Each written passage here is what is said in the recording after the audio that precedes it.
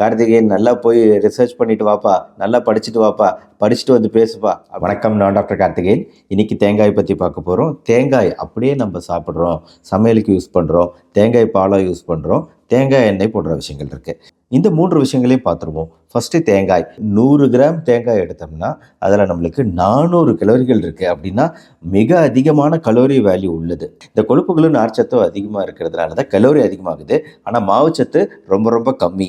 அதனால் இதோட glycaemic index, சர்க்கரையை ஏற்றும் திறன்கிறது 51. அதாவது சர்க்கரை இருக்கிறவங்களுக்கு கிளைசிமிக் இண்டெக்ஸ் 55க்கு குறைவாக இருக்கக்கூடிய உணவுகள் தான் சாப்பிட சொல்லுவோம். அந்த வகையில் இதோட கிளைசிமிக் இண்டெக்ஸ் 51 அப்படிங்கிறதுனாலையும் இதில் வேறு பல சத்துக்கள் இருக்கிறதுனாலையும் கண்டிப்பாக சர்க்கரை நோயாளிகள் சாப்பிடலாம். ஆனால் 100 கிராம் அப்படிங்கிறத குறைச்சி 50 கிராம் அப்படின்னு பாதியாக குறைவாக எடுத்துக்கணும். ஏன் தேங்காய் சர்க்கரை இருந்தாலும் சாப்பிடலாம் அப்படிங்கிறதுக்கான இன்னொரு ரீசன், நம்ம உடம்புல இன்சுலின் ரெசிஸ்டன்ஸ் அளவுகளை கண்ட்ரோல் பண்ணுறது தேங்காய். ப்ளஸ் இதில் இருக்கக்கூடிய நார்ச்சத்து அப்படிங்கிறது நம்ம ஜீரணம் கொஞ்சம் மெதுவாக ஆகிறதுக்கு தான் உதவி செய்யும். அந்த மாதிரி ஜீரணம் மெதுவாக ஆகும்போது சர்க்கரையோட அளவுகளும் மிக அதிகமாக நம்ம உடம்புக்குள்ளே ஏறாமல் இருக்கும். ரெண்டாவது, தேங்காயில் இருக்கக்கூடிய ஸ்பெஷலான ஆன்டி ஆக்சிடென்ட் 4 இருக்குது. இந்த ஆன்டி ஆக்சிடென்ட் சத்துக்கள் நம்ம மரபணு சார்ந்த டேமேஜ், டிஎன்ஏ டேமேஜ் ஆகிறத தடுக்கக்கூடிய வல்லமை வாய்ந்தது. இது எவ்வளோ பெரிய விஷயம் பாருங்கள். நம்மளோட மரபணு அப்படியே இந்த ஜென்ரேஷன்லேருந்து அடுத்த ஜென்ரேஷனுக்கு போகக்கூடிய வாய்ப்பு இருக்குது. சின்ன வயசுலேருந்தே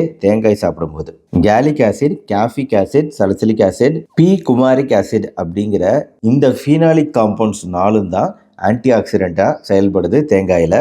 மூணாவது, கொழுப்பு சத்து இல்லாமல் வேறு சில சத்துக்கள், மினரல் சத்துக்கள், வைட்டமின் சத்துக்கள் இது அதிகமாக இருக்குது. ப்ளஸ் தேங்காய் எண்ணெயில் மேங்கனீஸ் இருக்கிறதுனால எலும்புகளோட ஆரோக்கியத்துக்கு நல்லது.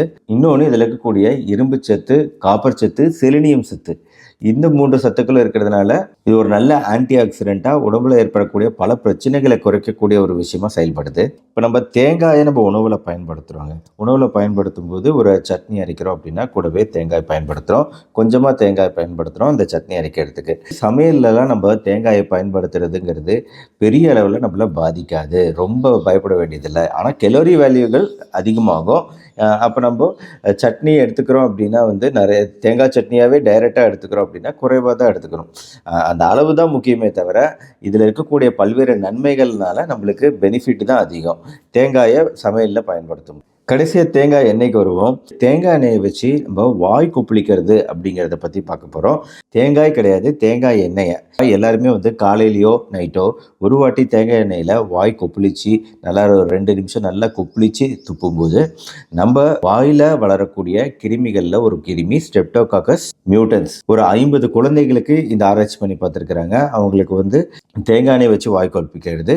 இன்னொன்று குளோரோஹெக்சிடின், அதாவது மவுத் வாஷ் யூஸ் பண்ணுறோம் இல்லையா, கடைகளில் கிடைக்கக்கூடிய மவுத் வாஷில் குளோரோஹெக்சிடின் இருக்கும். இந்த குளோரோஹெக்சிடினை மவுத் வாஷை கொப்பளிச்சு துப்புறதுக்கும் தேங்காய் எண்ணெய் கொப்பளிச்சு துப்புறதுக்கும் இடையில இந்த மாதிரி 50 சில்ட்ரனில் வச்சு ஆராய்ச்சி பண்ணி பார்க்கும்போது 2க்குமே சேம் எஃபெக்ட் இருக்குது. தேங்காய் எண்ணெய் ஆன்டி பாக்டீரியல் ப்ராப்பர்ட்டி உள்ளது.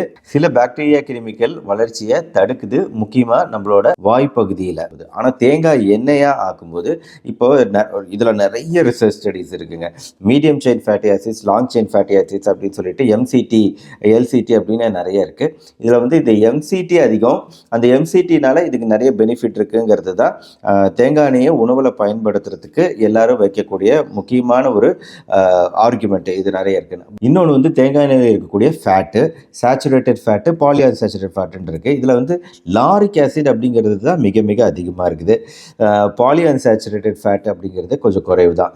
ஸோ இதுவும் இன்னொரு முக்கியமான காரணம் தேங்காய் எண்ணெயை அதிகமாக பயன்படுத்த வேண்டாம் அப்படின்னு சொல்கிறதுக்கு. தேங்காய் எண்ணெயை பொறுத்த வரைக்கும் தேங்காய் எண்ணெய் பயன்படுத்துதல் அப்படிங்கிறது ஒருவேளை சர்க்கரை, ரத்த கொதிப்பு, இதயம் சார்ந்த பிரச்சனைகள் இருக்குது அப்படின்னா அவங்க வீட்டில் கண்டிப்பாக தேங்காய் எண்ணெய் உபயோகப்படுத்த வேணாம். ஆனால் மற்றவங்க தேங்காய் எண்ணெய் யூஸ் பண்ணலாம். ஏன்னா தேங்காய் எண்ணெயில் மற்ற ஏகப்பட்ட சத்துக்கள் இருக்குது. தேங்காயிலையும் இருக்குது, தேங்காய் எண்ணெயிலையும் நிறைய சத்துக்கள் இருக்குது. மற்றவங்க எல்லாருமே லிமிட்டடாக குறைவாக நம்ம யூஸ் பண்ணலாம். முடிவாக தேங்காய் கண்டிப்பாக நல்லது. ஒரு 50 கிராம் அப்படிங்கிற அளவில் கொஞ்சமாக அந்த மெஷரிங் கப்பில் நீங்கள் சாதாரணமாக மென்று சாப்பிட்டா கூட அந்த தேங்காய் நல்லது, எல்லாருக்குமே நல்லது. பாரபட்சமாக்காமல் எல்லாருக்குமே எந்த ஒரு பிரச்சனை இருந்தாலுமே சாப்பிடலாம் அப்படிங்கிற வகையில் தேங்காய் நல்லது. ஆனால் குறைவாக சாப்பிடணும். தேங்காய் பால் கண்டிப்பாக நல்லது. இந்த தேங்காய் பால் இரண்டுமே நம்மளோட வயிறு சம்பந்தப்பட்ட பிரச்சனைகளுக்கும் நல்லது, முடிகளோட ஆரோக்கியத்துக்கு நல்லது, தோள்கள் பளபளப்பாக இருக்கிறதுக்கு உதவுது போன்ற பல்வேறு விஷயங்கள் இதில் இருக்குது. ஆனால் தேங்காய் எண்ணெய் அப்படிங்கிறது, தேங்காய் எண்ணெயில் லாரிக் ஆசிட் நல்லது அப்படின்னு சொல்லப்பட்டாலுமே தேங்காய் எண்ணெய் 1 ஸ்பூன் அப்படிங்கிற அளவில் தான் நீங்கள் யூஸ் பண்ண முடியும். குறைவாக தான் யூஸ் பண்ண முடியும், அதிகமாக யூஸ் பண்ண முடியாது. இது கிட்டத்தட்ட நம்ம ஊர்ல இருந்து எல்லா நாடுகள்லையும் இருக்கக்கூடிய மருத்துவ கவுன்சில்கள் பரிந்துரைக்கக்கூடிய விஷயம்தான். நான் ஒன்றும் புதுசாக எதுவும் சொல்ல கிடையாது. கார்த்திகேயன், நல்லா போய் ரிசர்ச் பண்ணிட்டு வாப்பா, நல்லா படிச்சுட்டு வாப்பா, படிச்சுட்டு வந்து பேசுப்பா அப்படின்னு அநேகமாக கீழே கமெண்ட் செக்ஷனில் போடுவீங்க. நானும் ஃபுல்லாக பார்த்துட்டேன். இது ஆக்சுவலாக தேங்காய் எண்ணெய் குறித்த என்னோட 2வது வீடியோ தான். ஸோ இந்த வீடியோ பிடிச்சிருந்துச்சுன்னா லைக் பண்ணி உங்கள் ஃப்ரெண்ட்ஸ் அண்ட் ரிலேட்டிவ்ஸ்க்கு ஷேர் பண்ணுங்கள். நம்ம சேனல் டாக்டர் கார்த்திகேயன் எப்பவும் போல் சப்ஸ்கிரைப் பண்ணுங்கள். மறுபடியும் அடுத்த வீடியோவில் பார்ப்போம். நன்றி, வணக்கம்.